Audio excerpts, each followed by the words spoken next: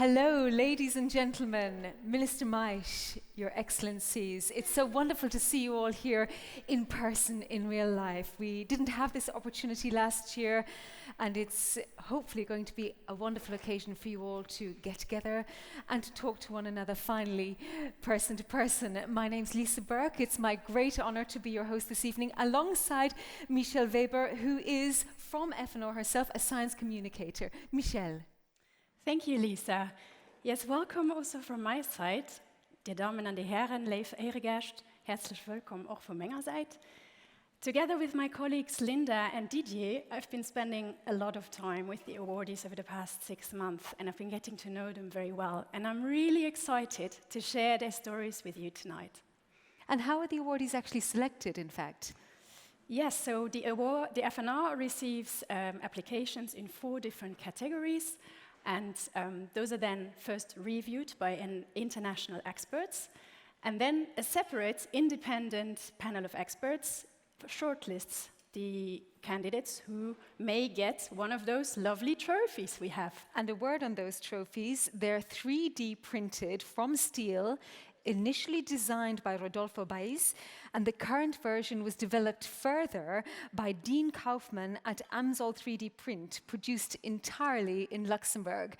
So they really are all Luxembourg. That's right. Thank you so much, Michelle. We'll be seeing you on and off throughout the evening. Now we're going to talk a little bit more about the FNR, and to do so, we must welcome to the stage, of course, the CEO of the FNR, Mark Schiltz.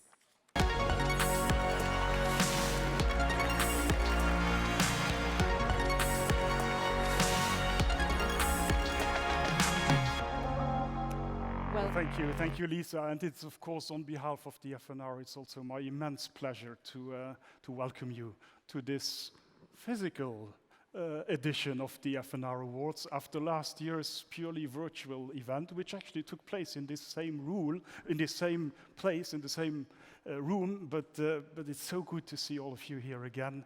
And I think let us celebrate science tonight. That's what we are here for.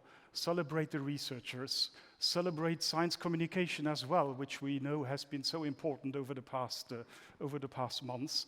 And if we can gather here together,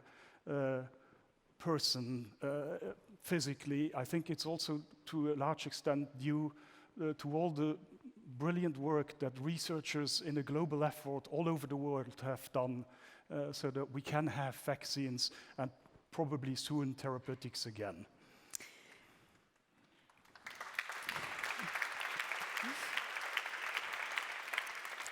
As you say, it's so lovely to have everybody here, and it was very much in this room last year that we recorded the ceremony, and I know some people are here from last year, so it's wonderful to have you here also.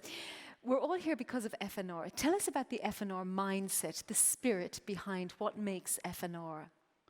That's a challenging question, Lisa, but I would say our ambition or our mindset is to get science into society, in the center of society. And to do that, of course, we need to be innovative. That's very much on our mindset, in our values, to experiment new things, not to be afraid. There will be major challenges ahead, but if we all work together, I think we can, science and research can significantly contribute to tackling these challenges. So I think bringing science and researchers, connecting them with society, that's really our ambition, and we do that in various channels. Of course, we fund research, but the funding is public funding, so it comes from the taxpayer. That's what we always have in mind. So we are, in a sense, the custodians of taxpayer money. But that's why we spend a lot of efforts in selecting what we think or what experts think are the most promising research projects. But we also want to give back to society. That's why public outreach, science communication is so important also for us, because I think it's important to imply and to bring the society and societal stakeholders on board. And how do you choose what to fund? I mean, I've noticed a lot of projects here. I've learned about a lot of projects here through the course of my research for this evening. But how does the FNR choose what to fund? Well, it's actually a two-stage project because we do have broad priority areas. They have been selected and revised in a larger effort with societal stakeholders to define what are those areas here in Luxembourg where we can best contribute. So these have been endorsed then by the government. These are the national research priorities.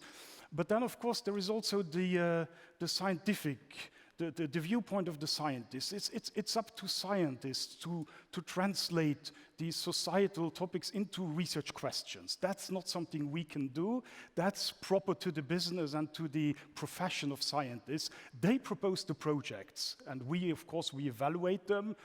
They are being evaluated by other scientists. So it's a two-stage, a bit of top-down and a bit of bottom-up, and I think that works quite well. That has turned out to be very successful. Evidence of that sitting in front of us this evening.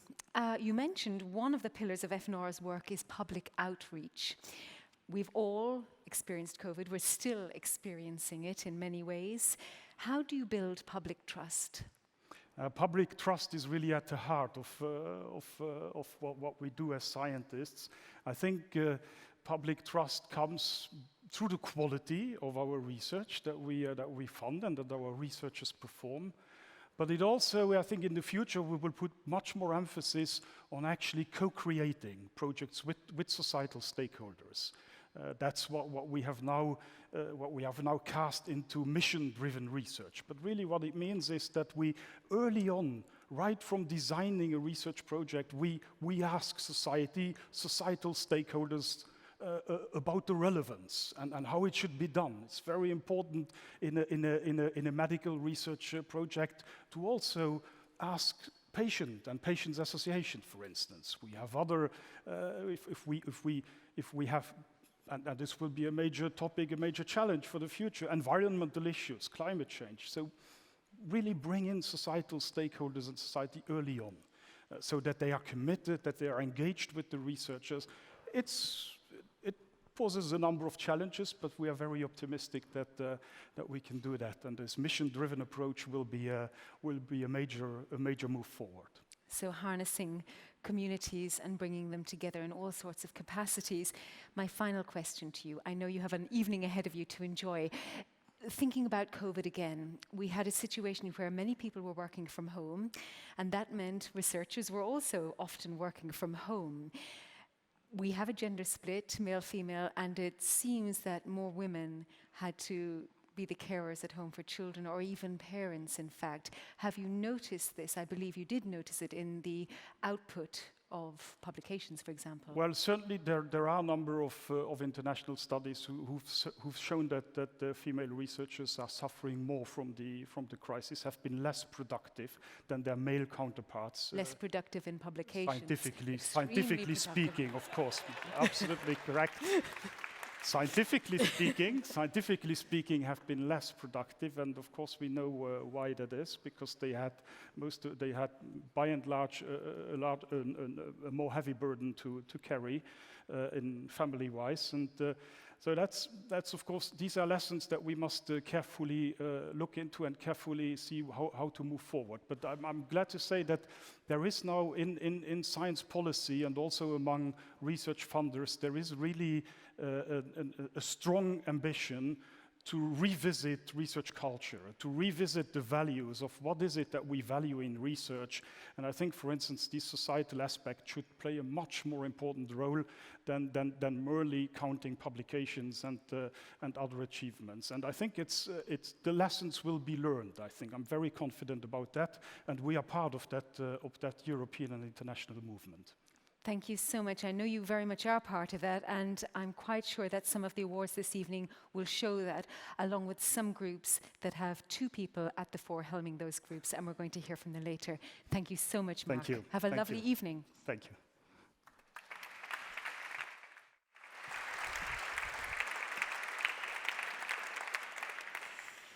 And I would now like to welcome our Minister for Higher Education and Research, Claude Maisch, on stage, please.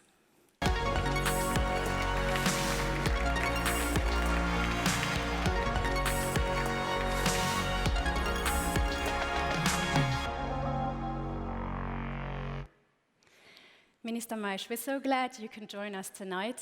You've been very busy, and you still are, during the pandemic. And the government also made huge investments into research during the pandemic. Can you tell us a bit about these investments, and also how important was it to have our own research in Luxembourg? It was very important because I remember the beginning of the pandemic. We passed through a time where we saw an enormous mobilization of the whole researchers community in Luxembourg, and everybody wanted to be part of this mobilization and just to help, to find out how we can pass through this pandemic, what we had to do, and also to support, for example, our health system, but also to support the government in decision making. I remember that a lot of concrete help came from researchers. We had the simulations, for example, that helped us to take decisions, to know what is the real impact or can be the real impact of our decisions. We all remember the regular wastewater analysis, for example. We never heard about wastewater analysis before the pandemic, but they become really, really important just to know what is the real situation and what is the real impact and the real presence of the virus here in Luxembourg. We had a lot of indicators, but I remember when we were sitting around the table in the government and we had to take decisions, it was one of the major factors that has a real impact on our decisions. And that really showed us that how important it was to have researchers of high quality here in Luxembourg just to support us to pass quite good through this very, very difficult period. And you're, of course, going to, pandemic or not, continue to invest into research in the future. What are you looking at for those future investments? What do you think of? I'm quite optimistic, first of all, because the whole government, but I also think the whole Luxembourgish society knows how important it is to invest in research, in good quality research, and that also can bring something back to the society. That's why the government foresees in its multi-year budget plan also important investments in public research. There is still an increase that is foreseen for all the public research institutes, for the University of Luxembourg, also for the FNR. But I also want to pass one message today. I know that, for example, FNR, I know that all the other public research institutions, that the University of Luxembourg has still important reserves. I just want to tell you, I don't want your money back, but I want you to spend this money, to invest this money, and to give us something back of real impact to the Luxembourgish society, because we need that. So use this money for good research, please. Are there any specific points you want them to focus on? Any specific challenges to address? Of course, we have all important challenges that we will have to pass through as the whole humanity has to pass through. Important transformations, the digital transformation, the energy transformation, for example, but also one important challenge for Luxembourg is just to manage the diversity of our population and the important change in population and in society that we are passing through. That's not so easy. We never passed a period like that before. And that's one thing where scientists also can give their input and a certain guidance for the whole society. Now, I'm a science communicator, and we have seen during the pandemic also how important science communication and science education is. And you are also Minister for Education. Do you think that Luxembourg does enough to promote science to the public and indeed scientific literacy, especially among the younger generations? We always can do better, that's true, but I think we do much better than perhaps 10 years ago. And I can say that as Minister of Education, Children and Youth, because in our schools we just implemented last year an important project. We introduced coding in primary schools, for example. I think that is also a very important path just to prepare children to the digital society. This year, we introduced a new school subject called digital sciences in our secondary schools. But scientists and science culture is not just one mission of our schools. It's also an important mission for even early childhood education and also for all our daycare structures. Nowadays, you can enter a daycare center, and in most of them, you will find a room dedicated to science and scientific experiences. Of course, adapted to the age of the children, but that gives children and young people the opportunity just to make their own experience, to keep their creativity and to keep their curiosity, because a scientist is curious, and all children is curious, and all children is a kind of a scientist, and just we have to give children the opportunity to keep this curiosity through their whole life, and then I think they learn something that can be very important for their own life, but also very important in the case when they will become, and I'm sure that more young people in the future in Luxembourg will become a scientist. Well, we'll certainly work towards that as well. Thank you very much. We're so glad you could join us tonight. Thank you. Now, please take your seat again, and I would like to welcome Lisa back on stage.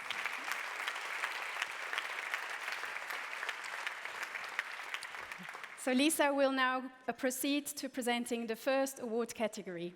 Thank you, Michelle. So let's get going. Here we go. The first award category is FNR Award for Outstanding PhD Thesis. We have a short list of 4. They are Marina Wirtz for her doctoral thesis at the Luxembourg Institute of Health on immune cells and immunology in the most frequent forms of leukemia. Giuseppe Bengasi from the Luxembourg Institute of Science and Technology, who engineered porphyrins for functional applications including clean hydrogen production. Martin Stur from the University of Luxembourg, whose thesis provides methodological advances and fundamental scientific insights in realistic modeling of hydrated biomolecules.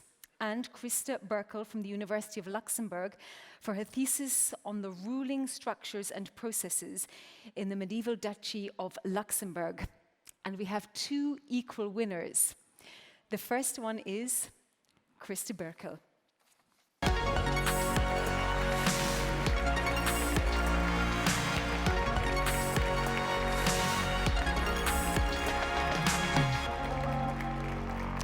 And whilst Christa is being awarded her wonderful Steele Award and the diploma and €5,000 for her PhD thesis by Marc Schiels and Martin Reichardt, we can also say that her supervisors were Michel Pauli from the University of Luxembourg and Eva Schlotthäuber from the University of Düsseldorf.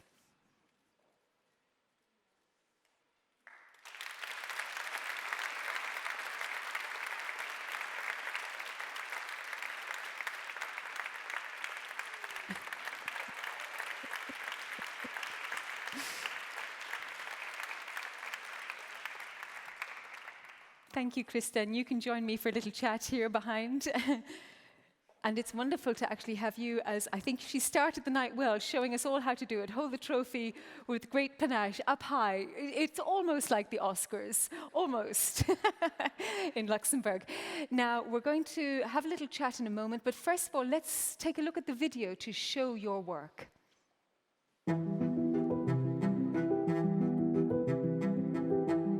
Mein Name ist Christa Birkel und ich bin Historikerin an der Heinrich-Heine-Universität in Düsseldorf. Meine Doktorarbeit habe ich an der Universität Luxemburg geschrieben. Ich freue mich sehr, dieses Jahr einen FNR Award for Outstanding Thesis zu bekommen für meine Forschung zu den Herrschaftsstrukturen und Prozessen im mittelalterlichen Herzogtum Luxemburg.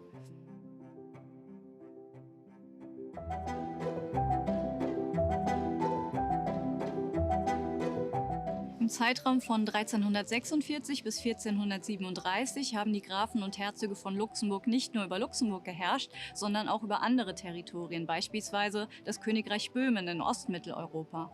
Und das bedeutete, dass der Herrscher eben nicht immer in Luxemburg vor Ort war. Es stellt sich einmal die Frage, wie sich Herrschaft eigentlich sichern ließ, wenn der Herrscher nahezu permanent abwesend war. Außerdem stellt sich die Frage, wie Entscheidungen getroffen wurden im Spannungsfeld von regionalen und globalen Anforderungen. Doch ich habe mich nicht nur auf die Perspektive der Herrscher beschränkt, sondern auch die der Untertanen untersucht. Denn man kann auch hier fragen, wie haben die Untertanen eigentlich reagiert auf die ständig wechselnden Herrscher und die unterschiedlichen Regeln, die sie mit sich gebracht haben.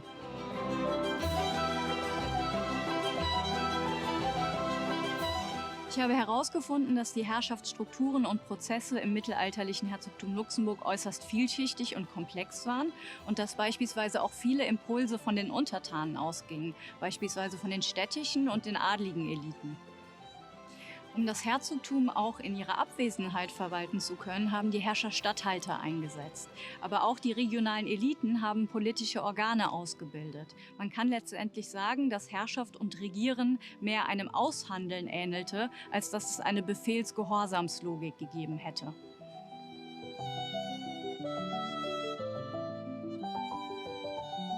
Ich habe 20 Archive ungefähr in Europa besucht und habe dabei sehr spannende und kaum erforschte Quellen aufgetrieben, beispielsweise Rechnungsbücher, Urkunden und Briefe. Diese Quellen ermöglichen einen Einblick in das Handeln der zeitgenössischen Akteure und auf dieser Grundlage konnte ich dann das politische Miteinander rekonstruieren. Methodisch habe ich auf Analyseinstrumente aus unterschiedlichen Disziplinen zurückgegriffen, aus der Soziologie und aus der Politikwissenschaft beispielsweise und hier besonders auf das Multilevel-Governance-Konzept.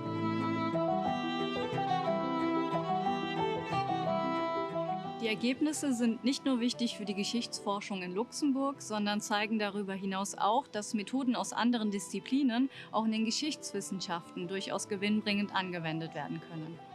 Außerdem werfen sie ein neues Licht auf eine viel zu oft noch als dunkle Zeit erachtete Epoche.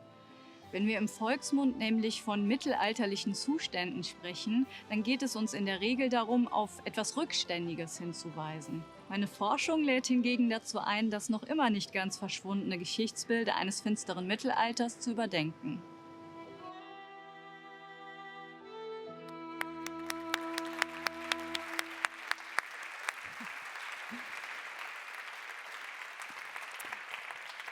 It's so lovely to have these videos to showcase the type of work that you do and all of the awardees this evening. It really gives us an insight into the thought processes and why it's so important. And even though it's a PhD thesis, which means that you've done it by yourself, you don't do it in a vacuum. So I must give you the opportunity to give thanks, first of all. Thank you so much, Lisa. And thank you so much, FNR. It's really an honor to be here and to receive this award after 4 years of hard work. And I would like to seize the opportunity to tell you a little bit how everything started and how everything began.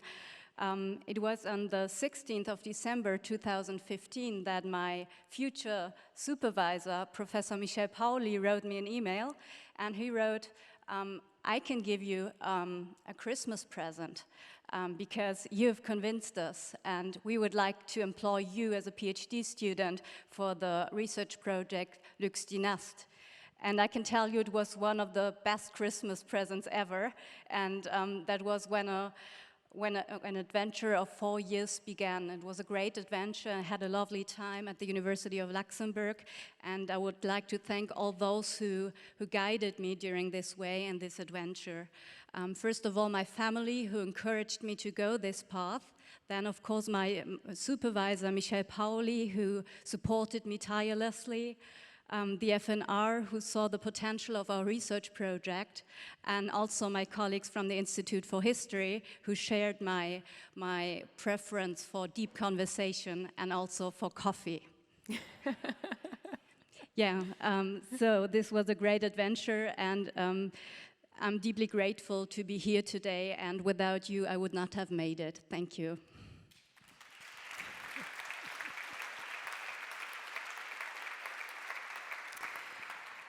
And just thinking about your steps into a PhD, it wasn't sudden. You were a teacher before this. So tell us about how you came about that shift. So that's right. Well, first of all, I have to say that history has always fascinated me. In the video, you saw that really big charter. It is a charter that is almost 700 years old, and that was something that always fascinated me, going to the archives and holding in your hands charters of 600, 700 years. And I'm not sure, maybe only a historian understands that, but to me it's like, it makes my heart beat faster. And so it was always clear to me that I would like to do something with history, but it was not always clear that I would become a researcher one day, because initially another path emerged for me, and that was that of history teacher. So after finishing my studies at the University of Trier, I first went back to school and taught history.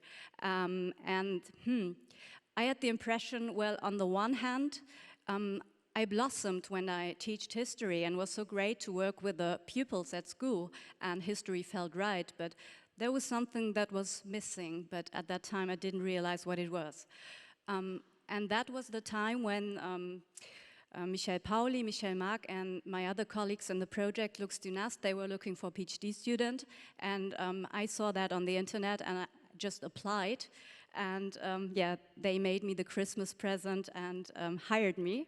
And then suddenly it became clear what was missing. And now I know I love history, but I'm not really only a teacher, but I'm a teacher at university, so to say a lecturer and a researcher.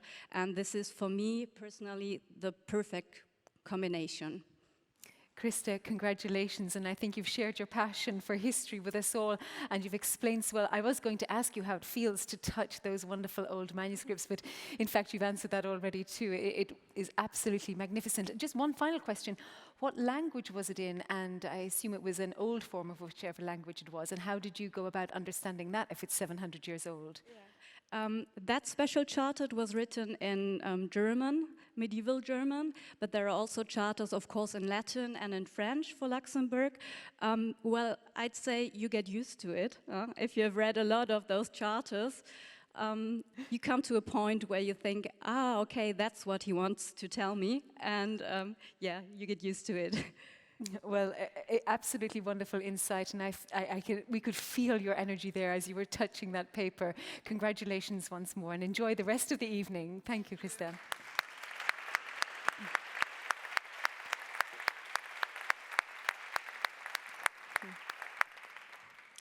A wonderful start to the evening there. Now, our second winner in the same category for the outstanding PhD thesis is Giuseppe Bengasi.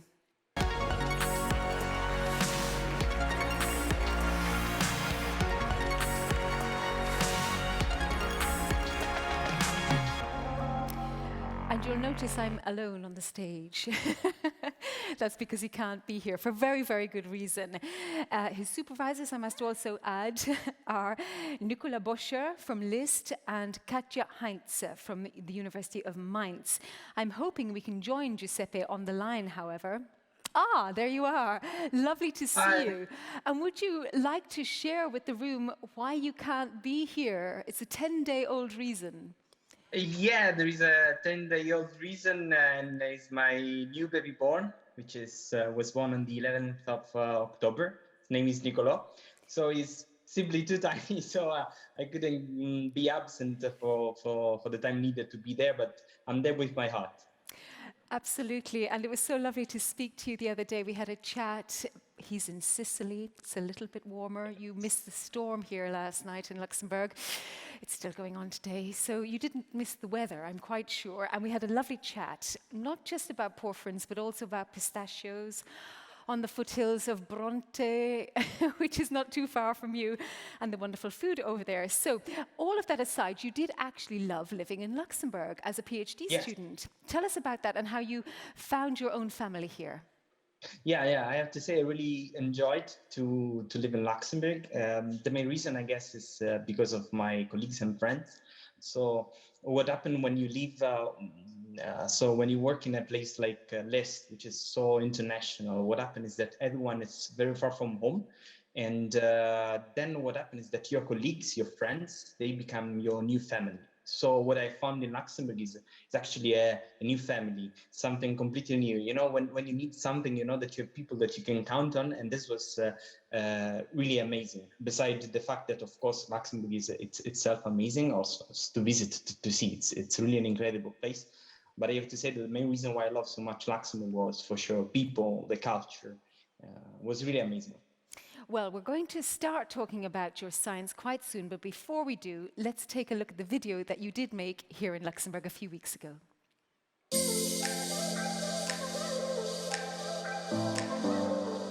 I am Giuseppe Bengasi, and I'm a chemist with a strong interest for materials and their applications.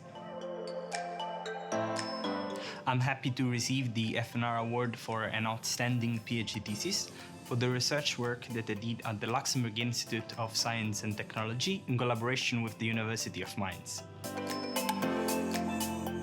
I worked on porphyrins, which is a chemical compound which is extremely spread in nature, and for example it plays a key role in the photosynthesis of plants or in the respirations for humans. This is related to their unique chemical and physical properties.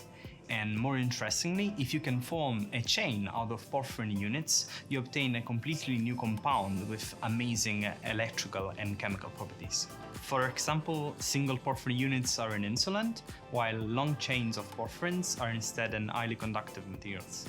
To make a comparison, it is like bricks. There is not that much that you can do with a single brick, but with a lot of bricks you can make a very strong wall. We call these long chains of porphyrins porphyrin tapes, and they were already discovered in the early 2000s. Unfortunately, these porphyrin tapes are insoluble in the most common organic solvents, so it was not possible to make a thin films required to make a device or an application out of this material. In my PhD, we invented a process that allowed for the first time to make thin films of conductive porphyrin tapes, and it allowed to make the process on sensitive and flexible substrate such as paper or plastics. And thanks to this, we could make two prototypes incorporating such films. A device that can produce clean hydrogen out of solar light or electricity, and a sensor for ammonia that can be used industrially. We circumvented the insolubility of porphyrin tapes, simply making it directly from the gas phase. As I like to say, we found an engineering solution to a chemical problem. And we were also able to control the physical properties of the material with simple chemical modification on the porphyrin rings. This process can be also quite easily be scaled industrially, and for this reason we filed 2 patents to protect both the methods and the materials. We moved from a simple idea to a device manufacturing process. The likely next steps are to optimize the materials and to produce demonstrators for the final end users. My work also paved the way for a bigger project at least that involves the transformation of solar lights into clean hydrogen. I am very proud that this work could help in the future to bring some new green and renewable energy.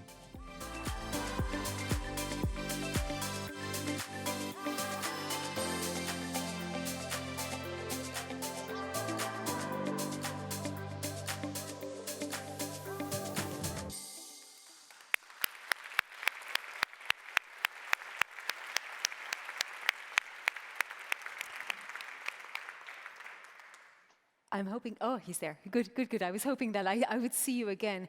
Now, I know also from our chat that you see porphyrins everywhere, even in your little baby boy's face, in fact. So when you held your newborn son and he looked a little bit jaundiced, you thought porphyrins.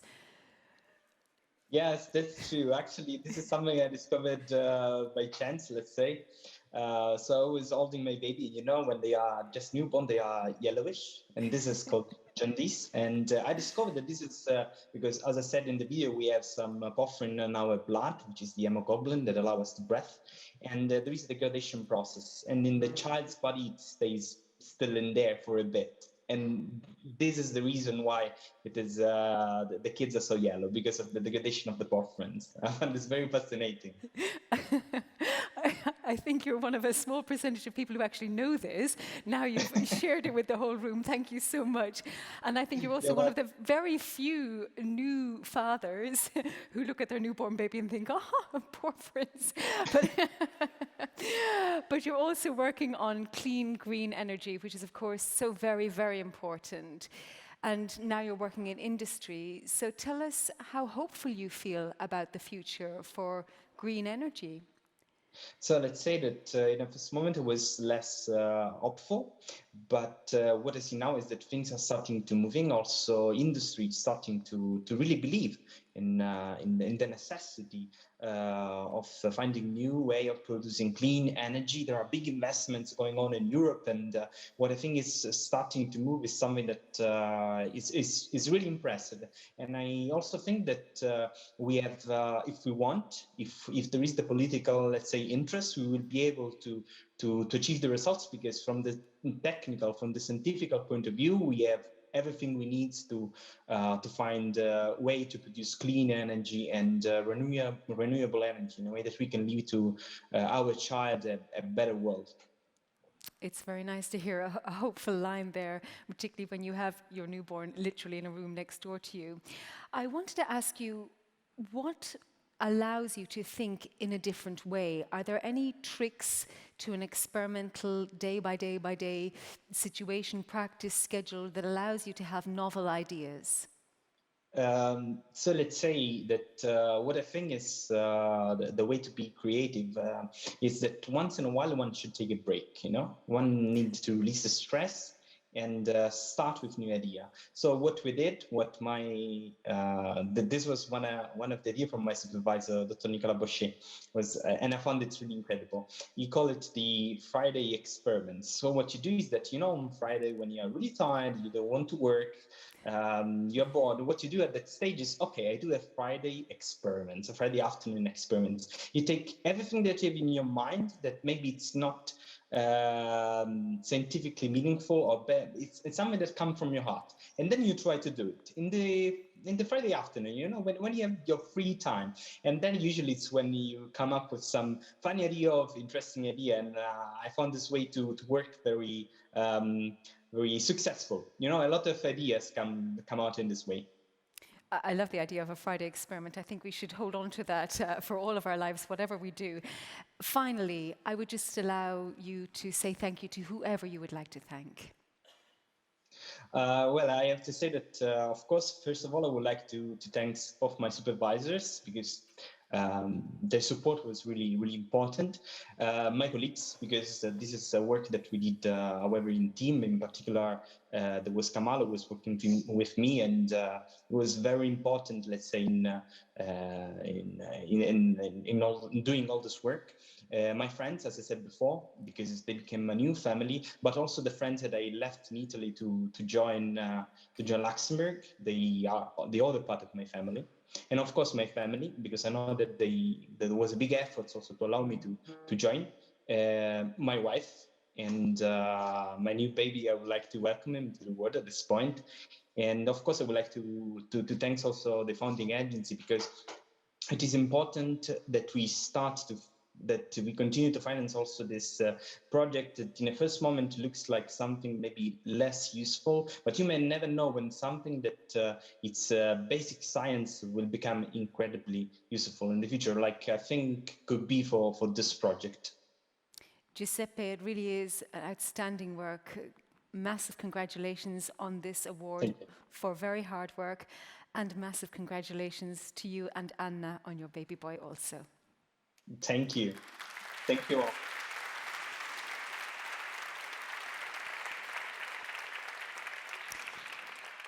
And I'm now going to hand back to Michelle to host the next category. Thank you, Lisa. So the next category is actually a new category Outstanding Scientific Achievement. And this replaces two previous categories we had at the FNR, Outstanding Scientific Publication and Outstanding Research-Driven Innovation. And with this new awards, the FNR wants to help to move the perception of a successful researcher, of someone who has to publish, towards a team that aims to change science and society for the better. And we do in fact have 2 teams who receive this award tonight. And the first team is headed by Anna Golebiewska and Simon Niclou from the Luxembourg Institute of Health.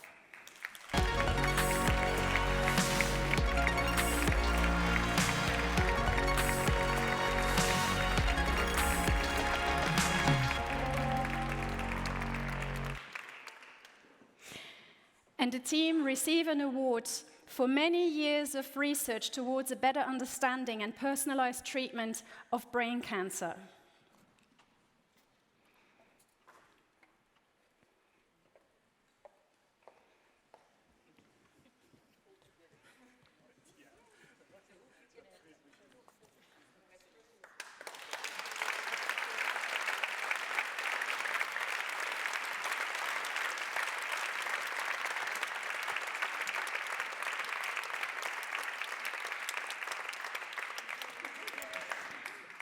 So congratulations also from my side, Anna and Simon. You may join us behind the table after the photo.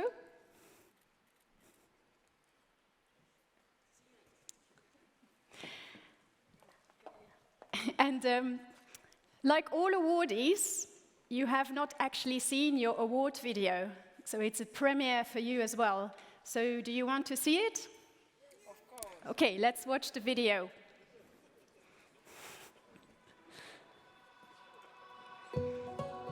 My name is Anna Gołębiewska, and together with Simon Niclou, I co-lead the FNRLux Neuro-Oncology Laboratory at LIH, the Luxembourg Institute of Health.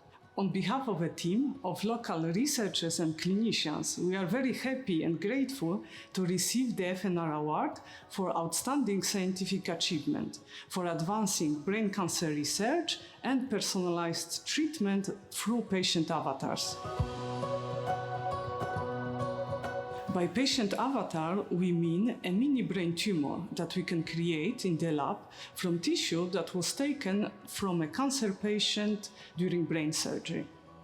We take tumor material and we grow it into 3-dimensional structures, so-called organoids. We can then study these organoids in the lab, or we can implant it into the brain of mice to see how they grow or how they respond to different treatments. Eher 9 Medikamente an klinischen Etüden bei den Patienten evaluiert gehen, müssen sie viel drohen an präklinischen Etüden, an Zellkulturen, an deren Modelle evaluiert gehen, für zu gucken, was den therapeutischen Effekt ist. Dafür brauchen die präklinischen Modelle, die sind aber oft relativ künstlich und reflektieren nicht ganz Situationen beim Patienten. Und außerdem bei allen Patienten sind Tumoren einzigartig und bei den Modellen geht das oft an einen Döppel gehalten.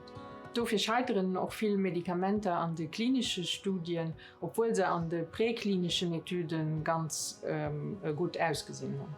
Als Organoidmodelle und als Maus-Patientenmodelle sind eigentlich wie eine kleine Kopie von den Tumoren von den Patienten.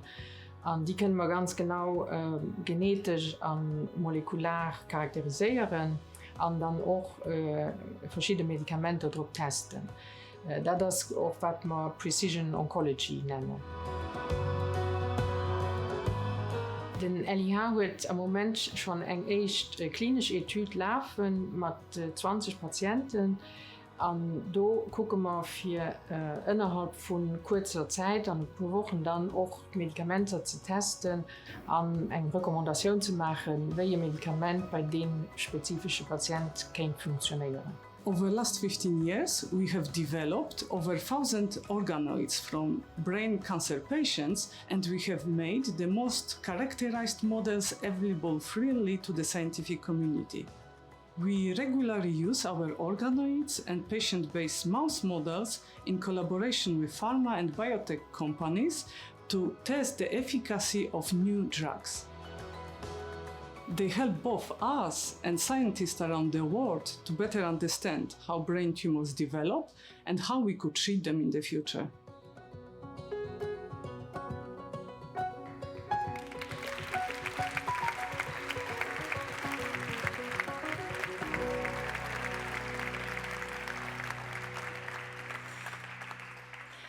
Anna and Simon and the entire team. What a fantastic achievement. And it shows so well how research sometimes takes a long time, and it would not be possible without a large team behind it. So you must have many people to thank. Well, indeed. Thank you first, Michelle. And of course, a big thank you to the FNR, to the evaluation team for this fantastic recognition. It's a great motivation, I think, for all of us and for the whole team to continue our work. Of course, this work has profited from the support of many collaborators, nationally and internationally. And I would like to specifically thank the Dr. Frank Hertel from the neurosurgery department at CHL, also Dr. Michael Mittelbronn and the neuropathology team from the LNS, also Professor Rolf Bjerkvik, a long-term collaborator from the University of Bergen, and a great mentor as well. And of course, I'd like to thank very warmly all the funding agencies and the ministries, in particular the FNR, the Fondation Cancer and Télévie, who really have made this work possible over all the years. Thank you, Simone. Anna, do you have anything to add? Yeah, sure. So I would like to continue by acknowledging and thanking all our team, especially the biopsy team, our animal experts. This work couldn't be done without them, and also our clinical support that we get. And definitely would like to thank all the patients that decide to contribute to our research without really waiting for the direct feedback and direct treatment for themselves. Thank you. Thank you. I'm sure there are many more people to add, but I want to ask you now, you two co-lead your laboratory. And in my mind, this is something that is still quite unusual in the research world, or is it? No, it's actually not so unusual. We have several teams at LIH that are co-led by more than one PI. And I believe this is actually very important for the projects like this one, which are long-term, which really require lots of expertise. And this expertise can come, of course, from the two PIs, but also from the whole team that can be bigger behind us. Okay, and how do you organize this co-leadership? I mean, do you divide the tasks between us? Do you complement each other? How does it work in practice? Well, I think, I mean, for me, it's a great way to work together and to keep learning from each other. And of course, I think we are very complementary in many ways. It's also something I think that you know, it's emerging in the society at large. There are political parties that are, you know, going for a double lead, and I think it's also recognizing the complexity of the job that is expected from us nowadays. And I think two brains are in most cases better than one. And yeah, unfortunately, yeah, please. Yeah, but unfortunately, things can go wrong in the brain, and that is exactly what you work at. Brain cancer is still a cancer that is very difficult or impossible to treat. And can you briefly tell us why that is, and what in those 15 years of research on brain cancer you have learned about it? Yeah, brain cancer, in particular glioblastoma, is an extremely aggressive, fast-growing tumor with really very, a very poor life expectancy for the patients. So it's fast-growing, but it's also very invasive. So the cells are growing throughout the whole brain, which makes it basically impossible to cure it surgically. And that's one major challenge. And then what we found out in our work in the last years is that it's also incredibly plastic. And that's another major challenge for treatment. What does that mean, plastic? So how you could imagine it, it's basically like if the cell can put different clothes everywhere it goes. So if the cell goes, the tumor cell that goes through the normal brain and talks to the neuron will look completely different than, for example, the cell that will be stuck in the tumor mass with a little oxygen around it. And unfortunately, tumor cells can also change clothes when we try to kill them with the treatment, and that's the way they escape and they can regrow. I think they might be up for an award for outstanding promotion of science to the public next.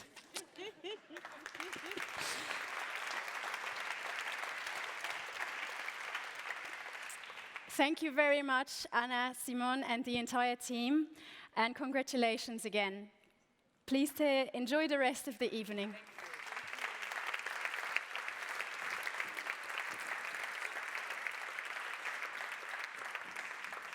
Now, the second team awarded in this category is from the Luxembourg Institute of Science and Technology, and they have achieved a breakthrough in a new technology that could be used in more eco-friendly and efficient cooling systems in the future.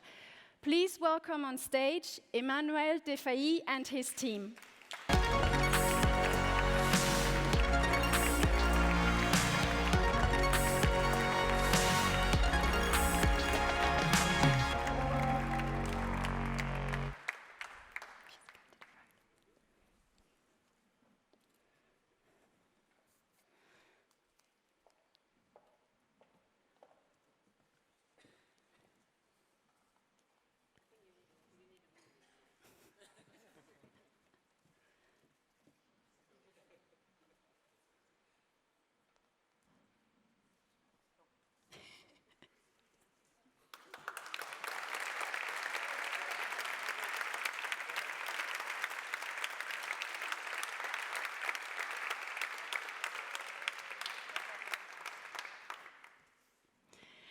Congratulations again.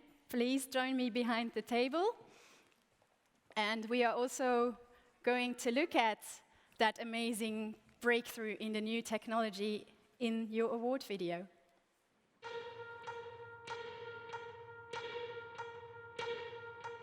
My name is Emmanuel Defailly, and I lead a research unit about material science at LIST, the Luxembourg Institute of Science and Technology. My team and I received an award for outstanding scientific achievement from the FNR for a breakthrough in a new technology that could be used in more eco-friendly cooling systems, such as in air conditioners or fridges, but also in computers and batteries. Yes, so we succeeded in obtaining a temperature variation of 13 degrees on a heat exchanger prototype made of electrocaloric materials. So electrocaloric materials are either made of ceramics or polymers, and the way it works, so that's what we call the electrocaloric effect. When you apply an electric field, they heat up, and when you remove the field, they cool down. So it means that these materials can be used as cooling modules, which is the ultimate goal of our research. So this temperature change that we obtained on our prototype was twice as much as the previous world record that was 30 years old.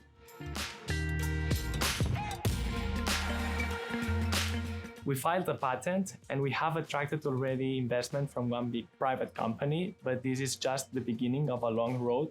We still have to improve the material and its properties and optimize the prototype in terms of its energy input and insulation.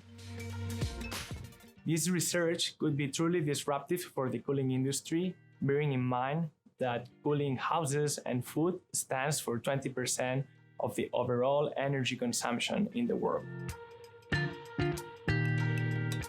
Current refrigeration systems release greenhouse gases, and they have probably also reached their limit in terms of energy efficiency.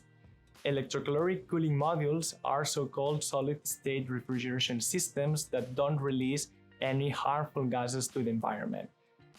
And because of their material properties, they have the potential to become more efficient than our current refrigeration systems. I think that it puts Luxembourg on the roadmap and our research at the forefront of what is done in the field. So it's somehow national branding. This is the result of a fruitful collaboration we have with a Japanese company that will carry on in the future. The cherry on the cake is that we published those results in Science, which for us is the equivalent of winning a gold medal at the Olympics.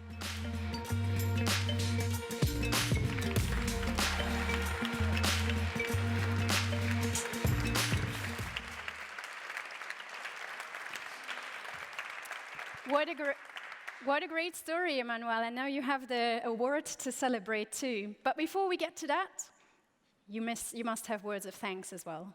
Yeah, thank you, Michel. Thank you all.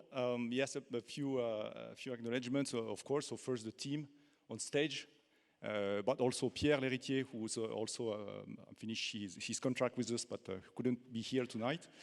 I want to say thank you to Alvar, because he's doing his PhD. He's the first author of this paper, so he stands out of the crowd, I would say. I want to thank also our two colleagues from Murata that were mentioned in the video. More generally, I want to thank also the whole team, my group of research, ferroic materials from transducers group, at least, and the unit, the nano unit. I have a thought also for Jens Reisel, who hired me in 2014, and that made it possible. I want to thank also Damien Lenoble, who's leading now, who took over the position of Jens, and who trusts me pursuing these activities.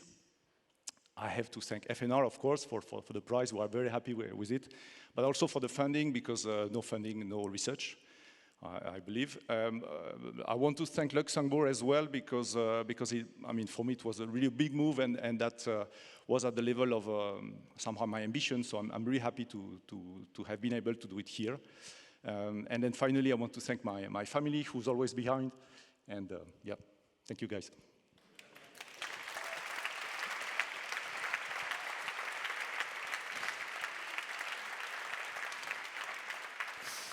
Now, Emmanuel, how did you start working on these electrocaloric materials, and when was that? Yeah, good question. So I have a short story for this. So I think it starts in 2009. So at the time I was at CEA Leti in Grenoble in France, and I had spotted already this topic. So see that it was a long time ago. And then I knew that if I wanted to start this one, I had to go abroad. So once I had a chat with a friend in restaurant, and then we were chatting, and I mentioned the topic. He told me, I think there's a great team in Cambridge, you should go there. And then, well, this is what I did. So I got in touch with a professor there, Neil Matter, and we got on very well. I secured some funding, and I spent 2 fantastic years there.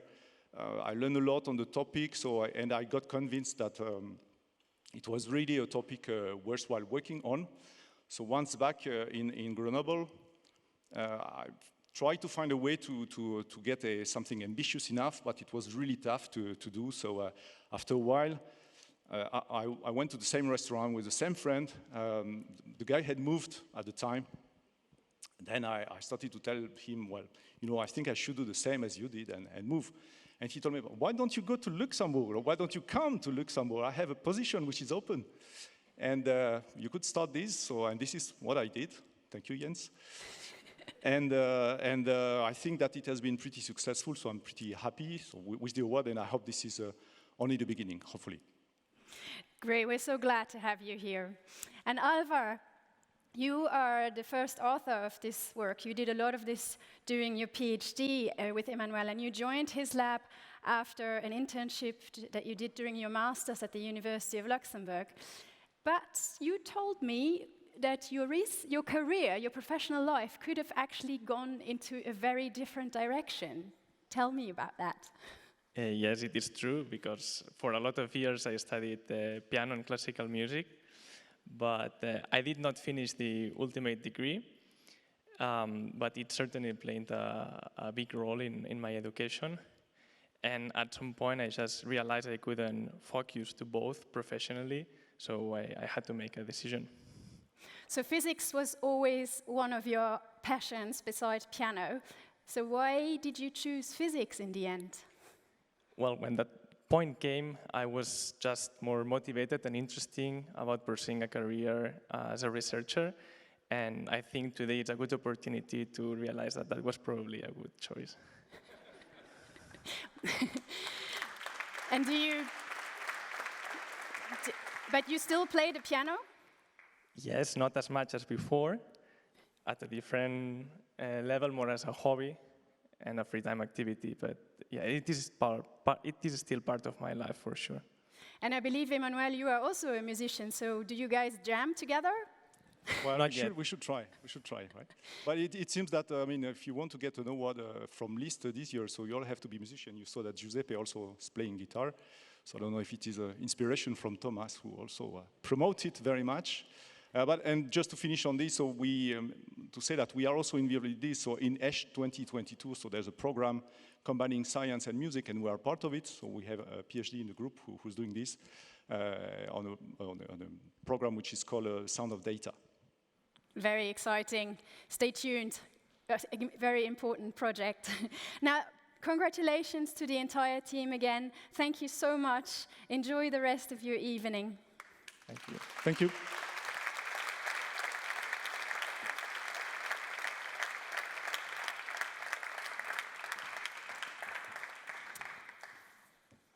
And now we will actually proceed to the next category, which is also a new category, the category for outstanding mentorship.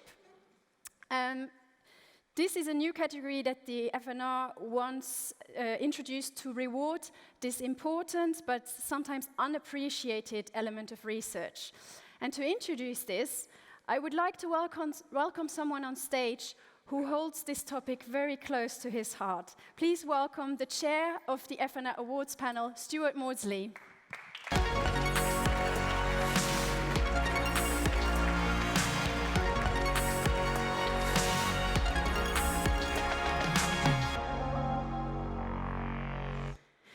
Now, Stuart, you have traveled down from Antwerp, where you are a research professor, and you headed our FNR Awards selection panel.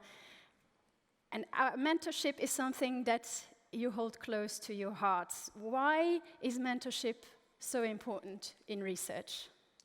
Well, I actually think mentorship is actually the most important thing in science, oddly enough. People think it's the experiments and the data and the generation of the material and publication, but actually, I think mentoring is the most important aspect by far. So I'm a bioscientist, and I was lucky enough to have a fantastic mentor when I was a student, and he would always, sit me down and say, Stuart, the difference between the good labs in the world and the great labs is the good labs have 2% success rate, and the great labs have 3% success rate.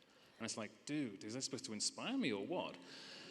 But the issue was, the mentor has that task to make you drive yourself and come in and strive. That extra 1% makes the difference, like with all your sort of great research today. It's the inspiration and the care and the effort that the mentor puts into the student that really drives the nature of the results and also helps grow the student. So I think it's absolutely vital, and I think all of the great discoveries have come from a good mentor relationship. And so what, in your opinion, makes an outstanding mentor? What characteristics should he have, or she? Absolutely, yes, that's a very good point. So I'll use an example just from this morning. So I had a lab meeting this morning, and the most important thing a mentor can do is, when you're presented with data from your lab, so this morning, it wasn't good. Unfortunately, we didn't have a good morning. But the most important thing, and I learned from my mentors, is even when you're faced with what looks like disaster, and the experiment has failed, is that you just break it down and you dissect it and you understand that even when there's an experimental failure, there's an enormous capacity to learn from every single circumstance. And so the student goes, oh wow, okay, so it failed, but I've learned something, we fix it, and we move on really quick.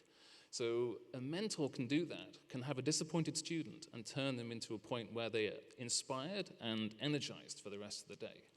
So that's what I try and do. Fantastic. Well, we're going to see what the outstanding mentors that were shortlisted by the FNR, what kind of people they are, in a minute. Thank you, Stuart. So glad you could join us today. And I would like...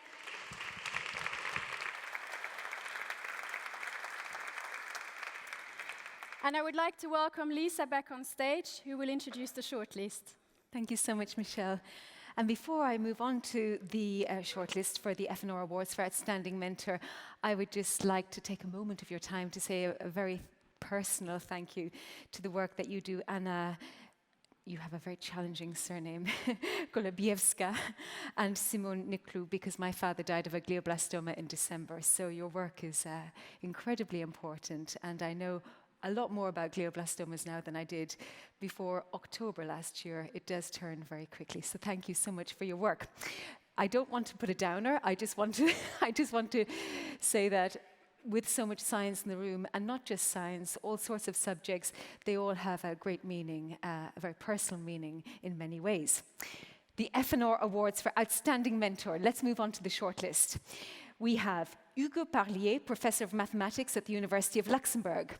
Andreas Vickers, Director of the Luxembourg Center for Contemporary and Digital History, also at the University of Luxembourg, and Pablo Elias Morande, Senior Postdoc in the Tumor-Stroma Interactions Group at the Luxembourg Institute of Health. So 3 shortlisted, 2 equal winners, the first of which to call to the stage is Andreas Vickers.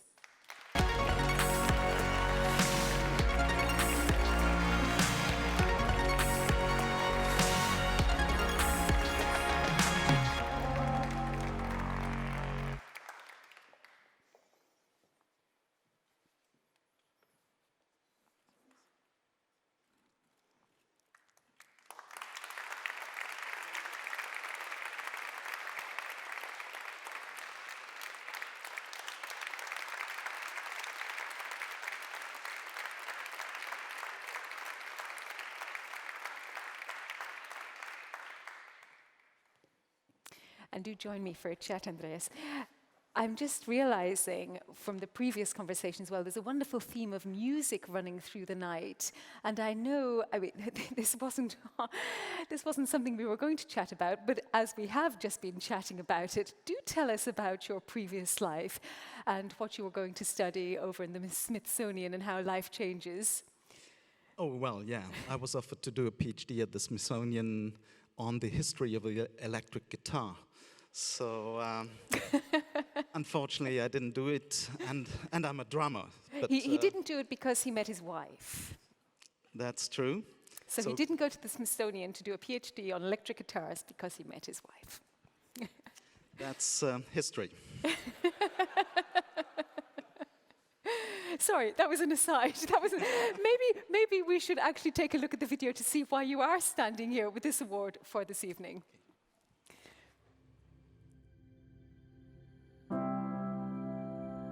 Andreas is committed and kind. Andreas is actively involved and empathetic. Andreas is creative and inspiring. My name is Andreas Vickers. I'm the director of the Luxembourg Center for Contemporary and Digital History at the University of Luxembourg. I was truly touched that I was nominated by my students for the FNR Award for Outstanding Mentor. For Andreas, there are no limits to creativity in academia, and he has always encouraged me to embrace new challenges within and beyond academia. With Andreas, I've learned that research can be very playful and fun, and it's only when we leave our comfort zone that we can truly rethink and innovate our conventional scientific practice. For Andreas, if you're doing your best and you're being honest to yourself while doing it, then it's impossible to fail in research. I nominated Andreas because he has always trusted me and treated me as an equal from the very beginning, which gave me the confidence to grow as a historian. Working with Andreas is like playing a game of tennis. He picks up every single one of your ideas, gives valuable comments, and then lets you rethink your proposal. Andreas is a mentor who always has an open ear for his students and who always encourages them to do research with a different perspective. Without Andreas, I would never have done a PhD in history. It was Andreas who put his trust in me and who gave me the opportunity to do a PhD at the time when I was not certain about doing that. I wouldn't be a doctor today. During my PhD, I had many personal problems, and Andreas brought me out of the woods. He would be there all the time for support. For him, being a researcher is also about being a whole human being.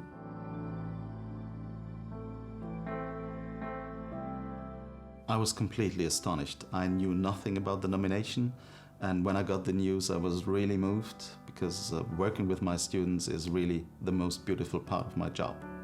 When you think about recognition in academia, most of the times it's about the output, it's about publications, it's about research projects, but it's rarely about the interpersonal dimension of science, which I found to be really important. Academic work is about people. If you don't care about people, you cannot care about the science they do. For me, it doesn't matter if you're a student or a professor. Science is about producing uncertainty, not reproducing knowledge. So promoting an experimental mindset and creativity is for me at the very heart of academic teaching and research. I developed my own style over the years, and it's based on my own experiences, and I had good and bad experiences both in the past and the present. I see myself more as a coach that goes beyond the pure scientific skills. Really, social skills and emotional intelligence is key for a successful career in academia. My ambition as a director of the C2DH is to create a secure environment for doing truly interdisciplinary research, which is risky. And I want everybody to feel secure and committed to this social and intellectual experiment.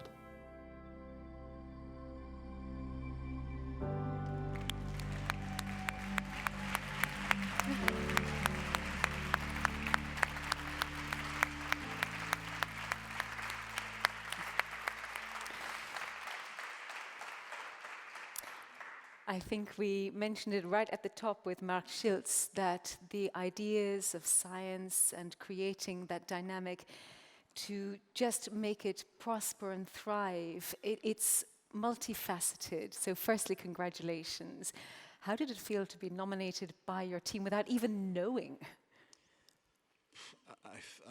I'm still puzzled by it, because it's something you don't expect. I mean, it's the most beautiful thing that can happen if your student nominate you for a prize without knowing. And so I feel very grateful, and I feel very touched. And so many of your own team come from other countries, and you managed to create this family community. How do you do that?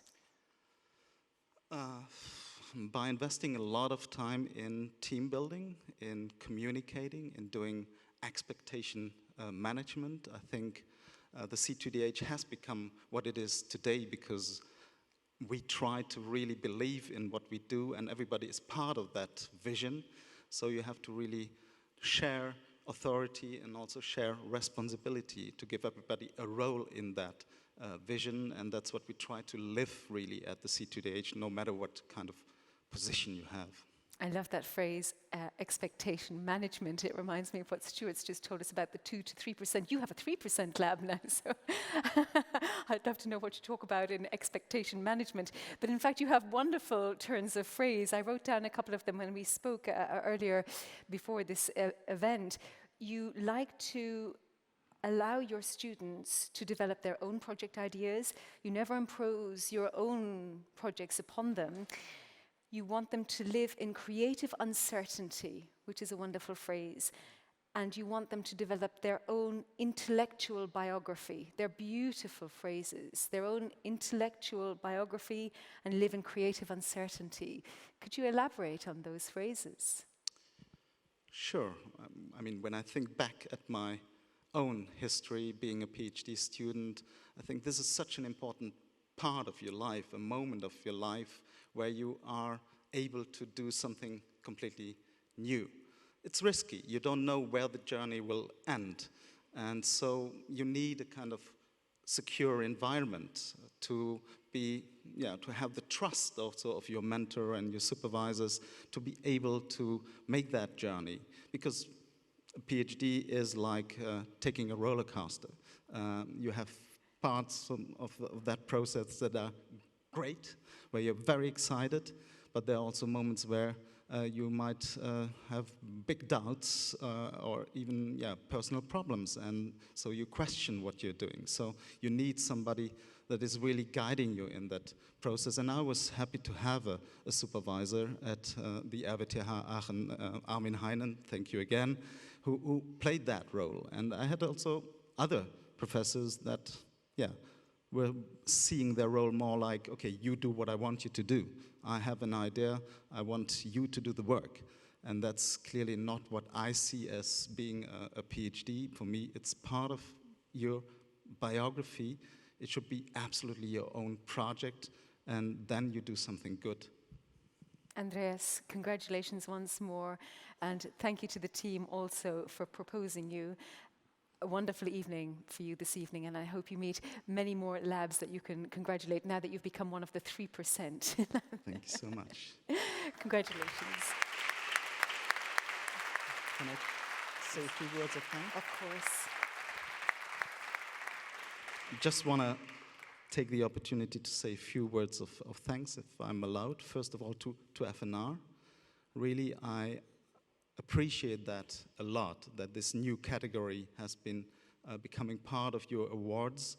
I think this is a strong signal that science is more than what we have been witnessing over the past 20 years, this kind of neoliberal turn where it's all about output measurement, about KPIs, about rankings. No, science is about people. And so I'm really happy that you took that decision to create that category, for me the most important category of all of your awards. So thanks to FNR. And I would also, first of all, thank my students. And I'm really touched that as a surprise, again organized by a wonderful team at C2DH, I have my first PhD student here in the room, Dana, coming from Groningen University, where she is a professor now. 10 years ago, she was my first PhD student, doing a wonderful thesis on the history of television in Romania. And I'm so touched that you're here today. And thanks to all of the PhD students I had the great honor to coach and to supervise. Thank you.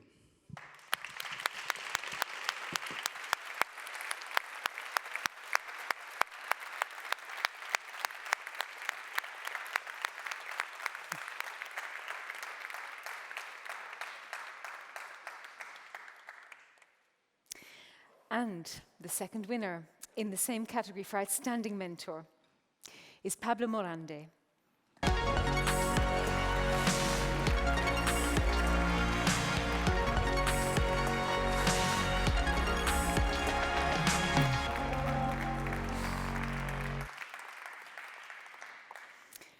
Pablo is a senior postdoc in the Tumor-Stroma Interactions Group at the Luxembourg Institute of Health.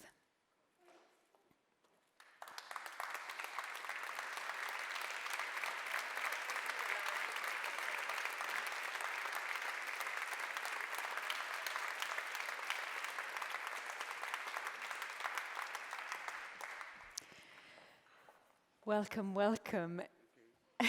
You look a little bit shy, but congratulations on this fantastic award. Thank you very much, Liz. Now, just to learn a little bit more about the work you do, we should take a look at the video.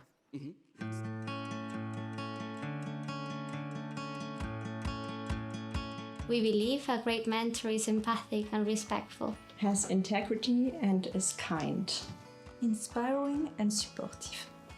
My name is Pablo Morande. I am a researcher from the Tumor-Stroma Interactions Group, led by Drs. Etienne Musset and Jérôme Paghetti at the Luxembourg Institute of Health.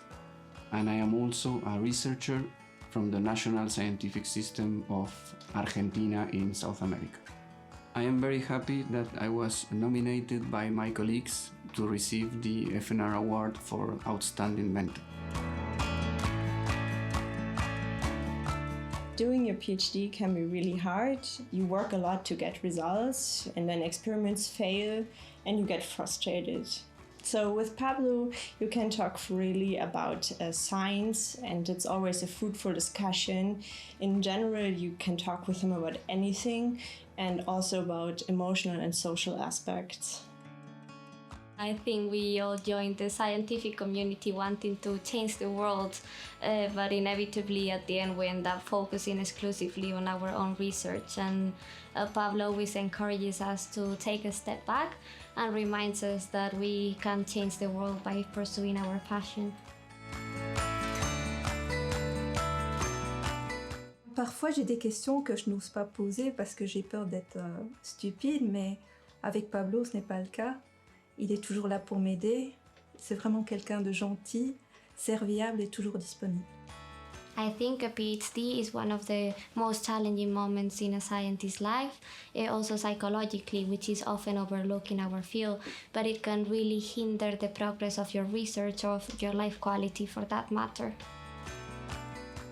Pablo's support deeply empowered me as a person and as a scientist, and it helped me get to where I am today.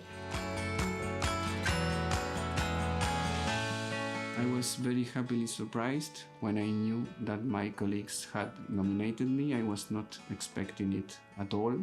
When I arrived here, I guess I just did my best to try to adapt to this big group and to keep a friendly and collaborating atmosphere. I never considered these exchanges as one-way processes. For me, these are double-sided exchanges where we all learn. It makes me happy that my presence is positive for other members of the group. Apparently, this award is showing that. This is my first time working for a long period outside South America, so I had a lot of doubts about how I would adapt to a new environment and culture. But fortunately, my colleagues here at the TSI group make my everyday a great and learning experience. I am very grateful for my former mentor and few other people along my career who have impacted me on how I conceive mentorship processes. They definitely were fundamental for how now I discuss about well-being or social aspects or scientific aspects with my colleagues here in Luxembourg. I think science should not only be about producing scientific output like publishing or chasing a possible patent. From my point of view, we have to try to discuss and update permanently our roles as researchers in the society with the different actors outside the academic community. We need to interact, always trying not to lose the focus in that our goals must be directed to the real needs of the society as a whole. At least this is how I conceive my working activity and what I try to pursue.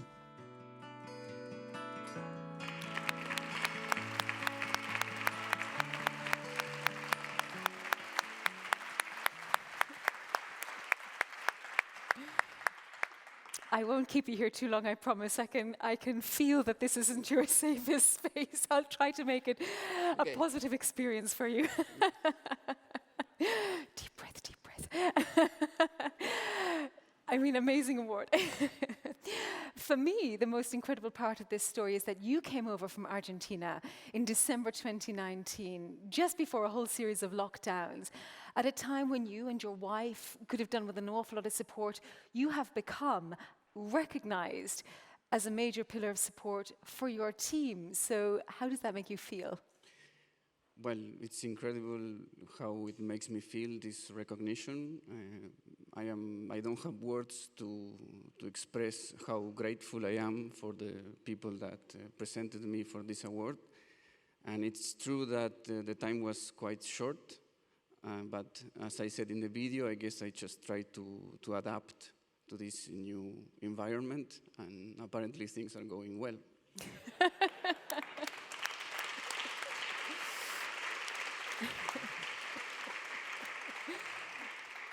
And you actually left your own research lab to come to Luxembourg as a postdoc. So you also said it's your first time for a long period of time outside South America to do your form of research. Why did you choose Luxembourg? Well, the main interest was the research lines that were carried on by the lab where I'm working, because it's the same disease that I've been studying always. And the questions that were asked in this lab were of my most interest.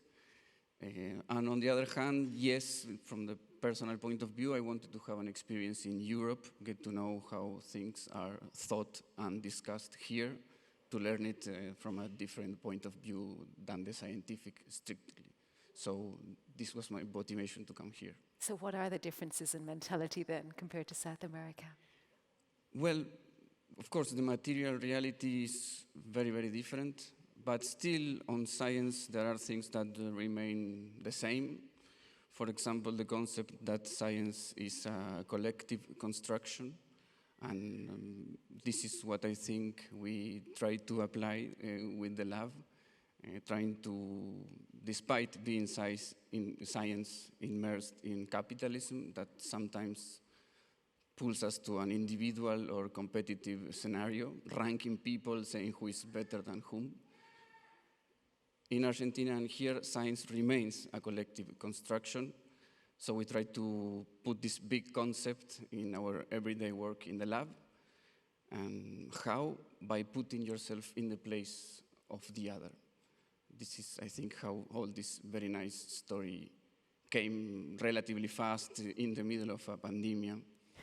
And I'm very, very grateful to the people that nominated me. If you give me a second, I will name them. You have Sandrine, the time. Julia, Iria, Susan, Thea, Marina, and Ernesto. Thank you very, very much for what you did. I will never forget in my life. So it's very, very nice.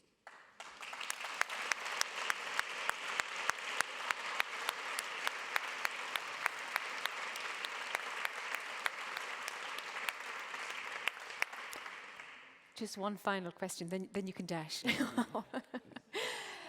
You have been recognized as an outstanding mentor. During the time, as you've pointed out, you came just before the lockdowns. How have you been given support yourself? It's a good point. I guess I have been given support by the lab where I'm working. I've been given support by the Department of Oncology, the institute where I work. Through them, who I have to thank, I got to know other actors of research in Luxembourg and of health, for example, the Central Hospital of Luxembourg, also the LNS, who without any doubt helped us and collaborated with us in certain projects, so I have to thank them as well. So I guess this is the support that I received, somehow gave it back to build this nice story. And of course, I would like to thank also the FNR for this amazing award. I'm a bit nervous, of course, and I'm very touched. I don't want to repeat concepts that Andrea just said, but I fully agree that this is really touching in the emotional level. So thank you again. Well, thank you for walking on the stage.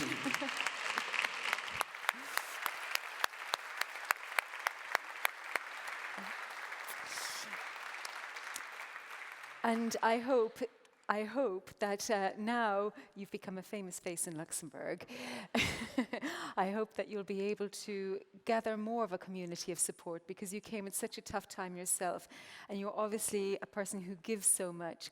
And I'm quite sure people here tonight, now that they know who you are, will come up and give you any support that you ever need in the future, because Luxembourg is a very friendly place.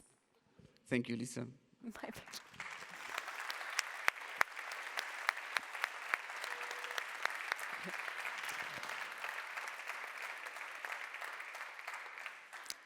And we're almost there. One more category to go, and I'm going to hand over to Michelle for that very category. Thank you, Lisa. Now, the last category of the evening is the category Promotion of Science to the Public. And this award goes to either individuals, that can be scientists, teachers, science communicators, or in fact entire institutions or not-for-profit organizations who have done activities that promote science to the general public. And on this year's shortlist, there are 2 applications. One is a team headed by Stefan Krebs from the Luxembourg Center for Contemporary and Digital History at the University of Luxembourg, who set up an interactive video installation in the middle of Esch to investigate the industrial history of the Minette region, together with the public. And the other one is Frédéric Conrot and Gina Royland, who bring space topics into Luxembourg's classrooms through their project ESERO Luxembourg, the European Space Education Resource Office. And there is one awardee, or a team of awardees, I should say, and this is Stefan Krebs and his team from the Luxembourg Center for Contemporary and Digital History.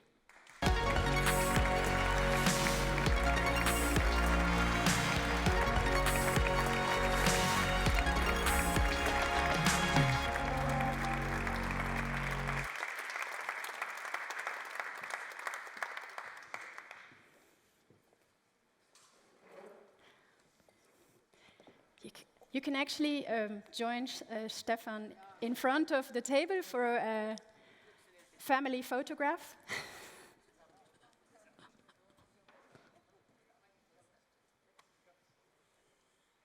Yes, Lars.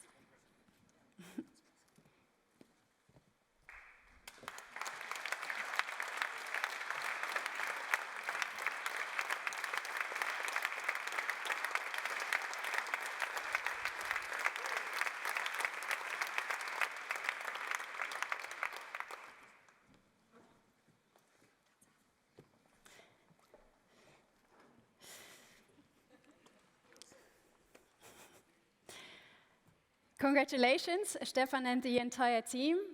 Now, for your award video, we went to a very old industrial site. Tell us, which one? We went to the old iron and steel plant in Chifflanche, which is now abandoned, and we did the video there. It was very cool. Let's see it.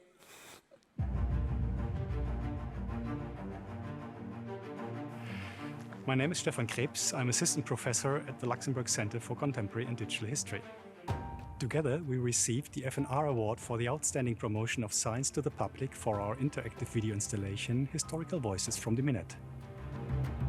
This video installation is part of a research project that investigates the industrial history of the south of Luxembourg, the so-called Minette region. Historical Voices from the Minette is a joint project that we developed in collaboration with the Italian artist Chiara Lici and her team. The installation is part of a larger research project called Remixing Industrial Past in the Digital Age that will be presented as a virtual exhibition during the European Capital of Culture Esch 2022. The video installation was part of the temporary history lab that we ran in Esch in September and October 2020. It featured 6 personal life stories related to the past and present of the Minette. Based upon existing and new historical research, the stories were written by a team of historians and anthropologists to reveal various aspects of life in and around Esch-sur-Alzette in the 20th century. We chose to tell history through personal life stories to enable the visitors to easily engage and identify with the stories. However, historians do not always have all the sources they need to recreate such life stories, especially when dealing with ordinary people like you and me.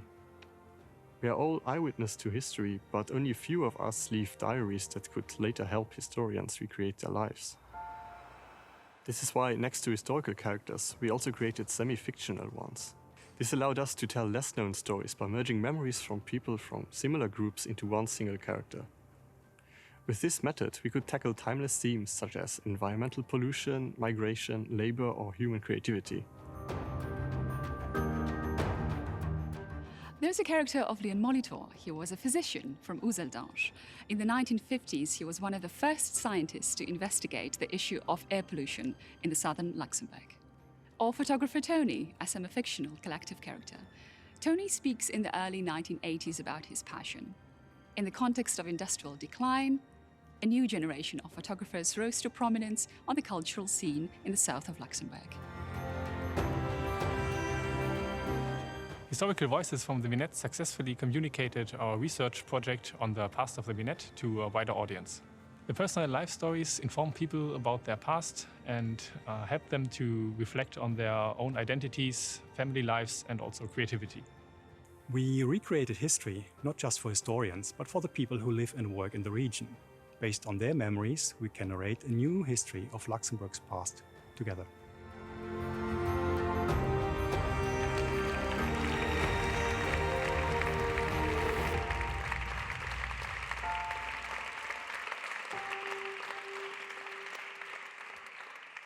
Now, congratulations for this very creative project and very interdisciplinary as well. So, Stefan, you must also have many people to thank. Yeah, thank you, Michelle. Indeed, I have a long list. I do hope that I do not forget anybody. First of all, maybe thanks to the FNR for awarding this to us. I think it's a great achievement for the team. First, we would like to thank, of course, ESH 2022 for funding the project. And supporting the Temporary History Lab last year, and namely Nancy Braun, Françoise Poos, and Sandra Schwender. We have to thank many people from many different institutions in Luxembourg who supported our research, starting from the City Council of Esch, to the City Archives in Esch and Dudelange, the Photo Club Dideling, the CNA, the Musée de la Résistance, and other institutions. We would like to thank some of the colleagues from the university and C2DH who supported us last year, namely Roland Hensel, Andy O'Dwyer, Audrey Sapé, and Brigitte Melchior. Then, of course, I would like to thank the whole team. This was truly a team effort, and it couldn't have been achieved by one of us. I'm very happy to have such a creative and active team. And we could still not do this on our own. As you said, it was a very creative project. So a special thanks to the artist Chiara Licci and her artistic team Tokonoma. I even have the names somewhere because I cannot remember them, but I want to read them briefly. Because again, this was also a large team. So I thank Chiara Licci, Nicole Riva, Esther Cionetti, Ettore Tripodi, Mauro Macella, Max Viale, and Alexandre Caiule Castilla. Then I would like to thank Denise Guto, our colleague from C2DH, who is not only supervisor in the project, but really a mentor for the whole project and the team. And last but not least, I would, of course, like to thank Andreas, our director at C2DH, and you've already learned that he always encouraged us to take risks and to explore new ways of doing research and promoting science to the public. Fantastic. And this project, actually, you had planned it slightly differently because it's been planned many years ahead, but then the pandemic hit and you actually had to adapt. What were those challenges you had to overcome, and perhaps also some opportunities? Yeah, many thanks, Michelle, for reminding us of a quite difficult time we went through, in a bad way, but also in a good way. So we started to plan the Temporary History Lab and the video installation around January, February 2020. And none of us had an idea that a pandemic and a national lockdown would hit us in March. So initially we had completely different plans for the Temporary History Lab, different activities with the broad public, many face-to-face interactions, which of course were not possible with the pandemic anymore. We also had a very different idea for the video installation. We wanted to have an interactive timeline projected on the ground of the Brillplatz in Esch, where we could kind of gather with the public and then discuss in the evening, again, many face-to-face interactions. So in March, we had to abandon all these plans. First, we postponed, then we canceled all our outreach activities. But we still had the date for the Temporary History Lab in September, October last year. So in May, June, we had to resume the plannings. And what we did, and again, it was a very fruitful collaboration with Chiara Licci. We invented, in a way, a COVID-safe way of historical storytelling. So we used, as you have seen in the video, the two big screens of the Annex 22 on the Brillplatz as projection screens, and people could interact with the installation from the outside. So even if we would have not been able to open the lab at all, people would still be able to watch the video installation. But you still could receive some people at the Temporary History Lab. No. In the end, we were very lucky. We had a kind of little window of opportunity last year. So it was September, October last year. Between and we indeed could kind of welcome quite many visitors and participants in the lab, but also who watched the video installation. And I can maybe once more only kind of praise the team for being also so flexible, for adapting constantly during the planning of this temporary history lab and the video installation. So we had to kind of come up with new ideas every 6 weeks when it came closer to opening the lab in September, and it was still very uncertain what we could do given the sanitary measures and the overall situation in Luxembourg. Well done. But the collaboration with the artists, actually, I would like to hear a bit more about that. What was that like? Because scientists and artists are quite different people sometimes. Oh, well, yeah. First of all, I think we were all, or not all, but yeah, maybe all, very happy to be able to do something a bit more artistic also in our work, which is not very normal, which scientists do not often get to do, right? So, but then we also didn't have a lot of experience of working with artists, but all in all, I would say that it worked very well. So we produced these stories, like either semi-fictional or fictional characters and their life stories, and the artists urged us to keep it short and simple, which is maybe sometimes a bit hard with us.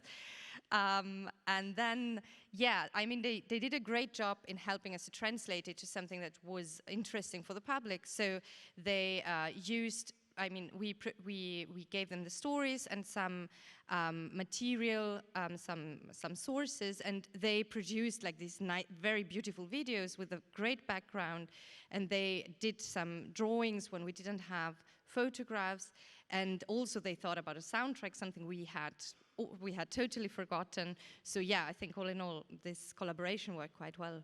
So you learned new things as well. Fantastic. Of course. Thank you very much, the entire team, and congratulations again. Now we are almost at the end of our ceremony, so I ask you to please sit down again so that Lisa and I can do a final wrap-up.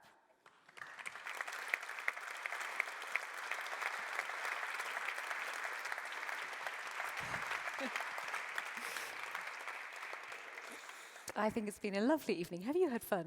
Yes, yes. I would like to say how much fun I've had with a co-host tonight. So thank you, Michelle. I think she deserves it.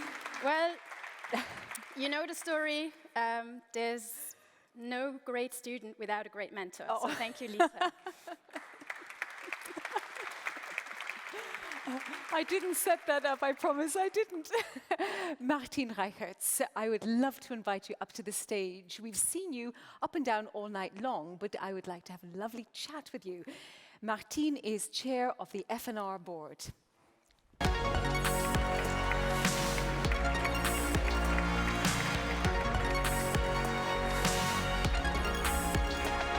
No, in the middle. No.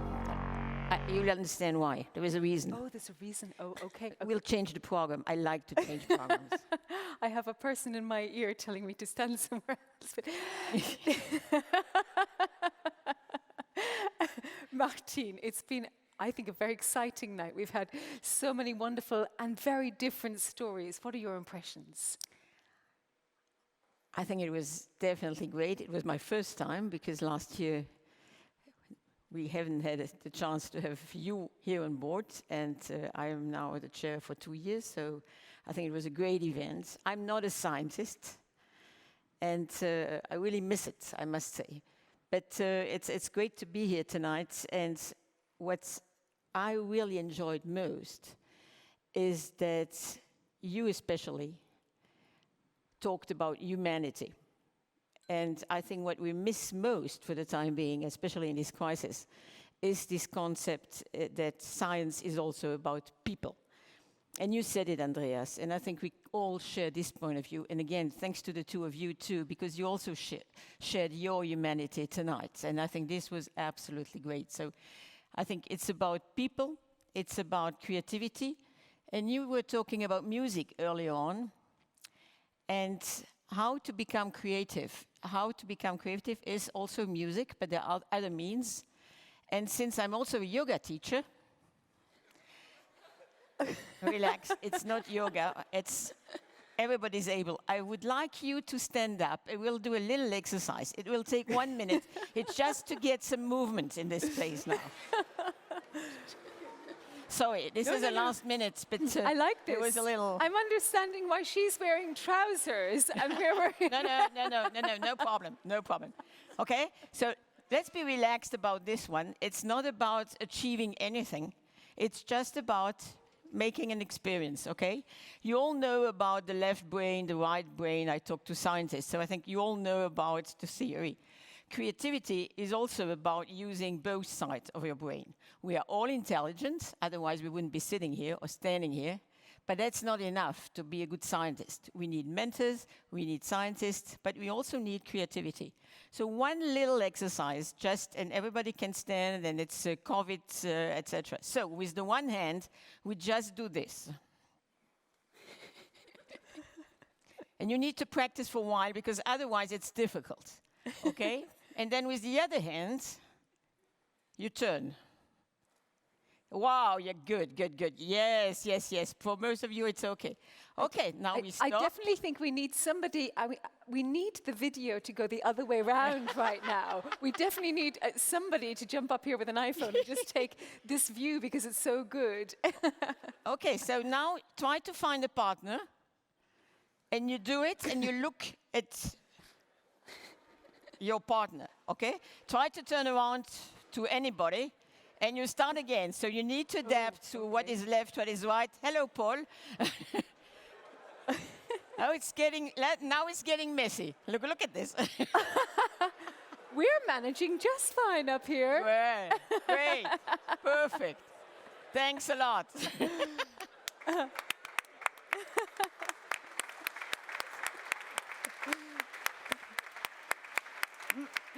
Please have a seat. I know it's the end, so I think we'll make it short now. I knew we didn't have to prepare with you. I knew you would keep it quite a surprise for us, and I wasn't disappointed. Okay, great. So, but that's the way you get a little bit of energy in the room. So, my last message to all of you, and we have been talking a lot about mentors. I myself have been a mentor for years. So I have 3 messages to end up the evening before the drinks and ceremony and chatting, etc. First of all, and you just saw me playing the clown, because I played the clown, of course, is trust yourself. I think we're all different, and once in a while, you just have to dare. You ladies do. It was brilliant. Thanks again tonight. Most of scientists do, but I think, again, trust yourself. Second message, don't make it cheap. Don't make it cheap. And that's a little bit of a problem in Luxembourg. You get easily jobs, salaries, etc. I think you are all top people. So really go up and want the Nobel Prize, the article in Science, or what I heard tonight. Please go for it. We need you because this is really important. The third thing, I was really amazed, and amazed is not really the word, that history got 3 awards this year. And I think this is the first time since the FNR delivers the awards. And I think that's the link with what you said, Andreas, early on. Science is about humanity. And history, of course, is about humanity. So, again, and I will finish with Gandhi, be the change you want to see in the world and stop complaining, act. Thank you. Enjoy the drinks. Thank you. Wow. So that was it. It was amazing.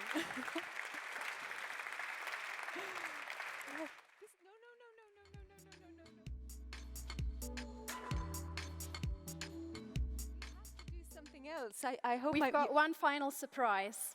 We would love to invite the awardees from last year up on stage because they never got their moment on stage. So please, the awardees who are present here tonight, all of you, not all of you could be here, please come to the stage.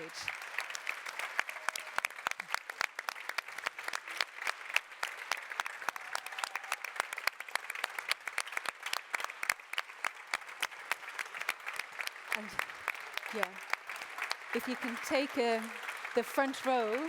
Yeah.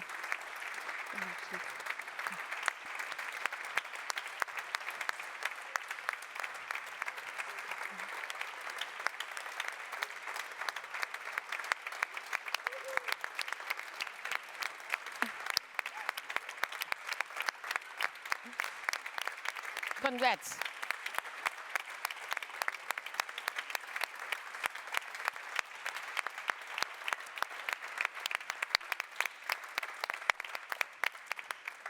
It's wonderful. You can stay on the stage. You can stay on the stage. We only have a few more words, a few words of thanks. Yes, we just have to thank a few people. Lemon and Moast for, on the one hand, the event organization tonight. It has been fantastic to work with you again.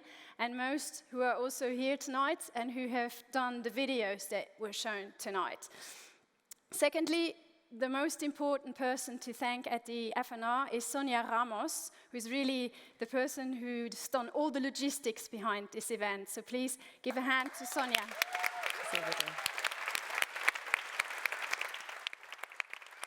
Over there.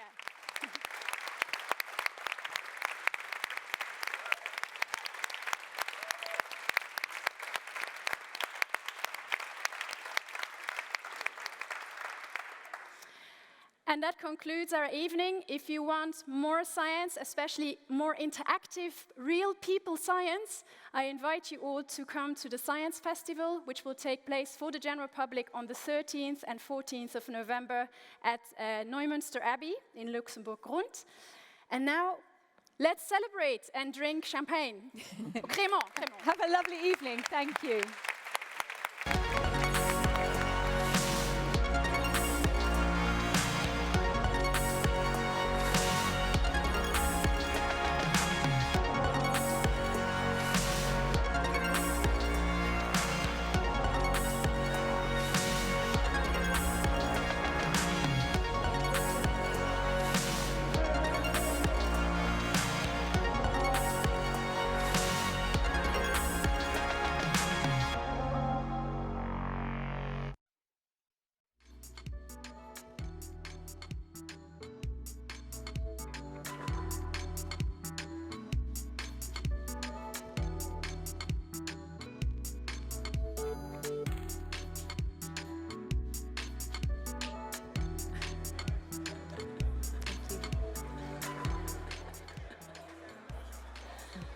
Yeah, the bit.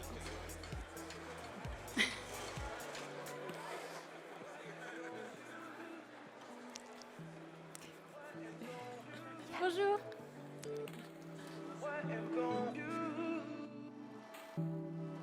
am gon' do?